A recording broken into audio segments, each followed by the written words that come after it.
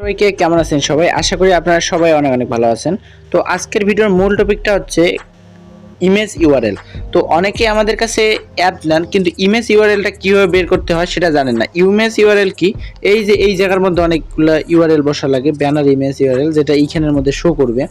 তো এই ইউআরএল গুলো কিন্তু আপনারা খুঁজে পান না। যেমন এখানে যদি আমি একটা দেই তাহলে কিন্তু এই ব্যানারটা কিন্তু নাই, উদা হয়ে গেছে। তো এই জন্য একটা ব্যানার ইমেজ ইউআরএল লাগবে। তো এই ইমেজ ইউআরএলটা কোথায় পাবেন এবং কিভাবে পাবেন তার সম্পূর্ণ ভিডিওটা কিন্তু এই ভিডিও দেখলেই কিন্তু আপনি বুঝতে পারবেন।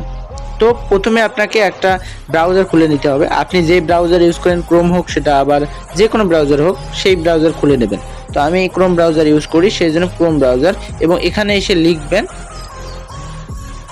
পোস্ট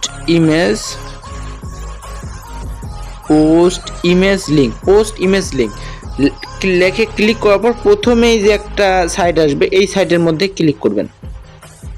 দেখাই দিই, এই যে এই সাইটের মধ্যে ক্লিক করবেন।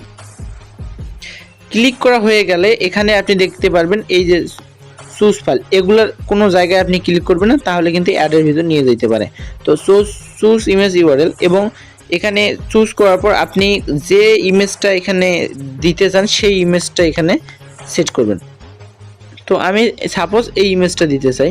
তো ইমেজটা দেওয়ার পর কিন্তু এখানে কিছুক্ষণ লোড নেবে। লোড নেওয়ার পর কিন্তু এই যে নিচে আসলে দেখতে পাবেন অনেকগুলো ইমেজ ইউআরএল কিন্তু শো হয়েছে।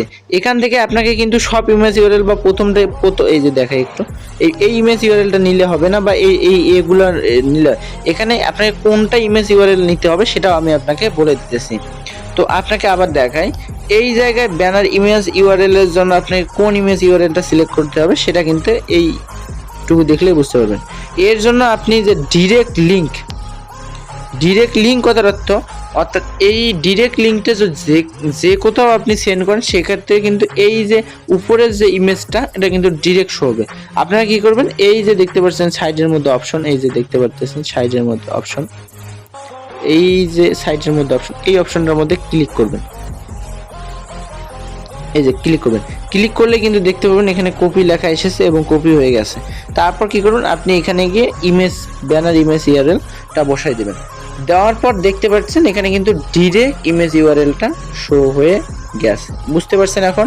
তো এখন আপনি যে কোনো জায়গায় যদি ব্যানার ইমেজ ইউআরএল বলে বা কাউকে ইমেজ সেন্ড করেন, এক্ষেত্রে আপনি এই যে পোস্ট ইমেজটা ইউজ করেও আপনি কিন্তু করতে পারেন।